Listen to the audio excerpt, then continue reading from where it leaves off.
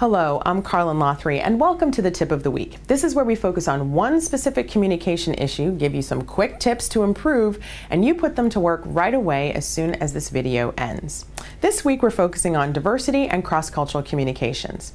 Now, I get asked all the time, why is it that you do presentation training, media training, testimony training, speech anxiety training, and then I don't quite understand how diversity and cross-cultural communication, how does that fit into all of that? Well, I'll tell you, because most people are used to compliance diversity training. That's the whole, let's try not to get sued training. Harvard Business School has published more articles, more stories, and more statistics about how compliance training and the how not to get sued training is the least effective diversity training that's out there. This week's post and this week's video is inspired, however, though, by a Forbes article where they focus on the importance of cross-cultural communication.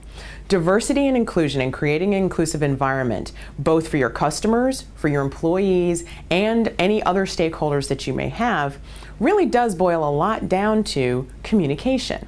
So if you and your diversity initiative focus solely on these are the things to do and not do and how to be nice to each other, I will give you my favorite one-liner that I open almost every diversity training session with, and that is, if your parents didn't teach you how to be nice to people, there's nothing I can do for you. This isn't about being nice to each other. It's not about getting sued. This is about making your business better, stronger, and making more money. Who doesn't want to do that? Right? Okay. So let's talk about your diversity initiative, and let's talk about the importance of the cross-cultural communication there. All right. So if you can't get your employees to speak to your customers in a more inclusive way and understand and recognize that genders, ethnicities, and religions have often different behavioral patterns, purchasing patterns, decision-making motivations, and other things, you're going to miss the boat. You're not going to know how to tailor your message to what they need to hear to buy from you, to shop with you, to volunteer for you, to work with you, and to stay and give you their best ideas as an employee. Okay? You're missing a huge opportunity if your diversity initiative really is about the do's and don't do's of getting sued. If it doesn't focus on how to communicate, how to relate, how to understand, and how to recognize when there is a different culture in play and a different communication style in play. So what do I mean by that? Let's take one for example. Do you know that in most Middle Eastern cultures, if you sit and speak to someone with your shoes, bottom of your shoes facing up, that is considered an enormous insult?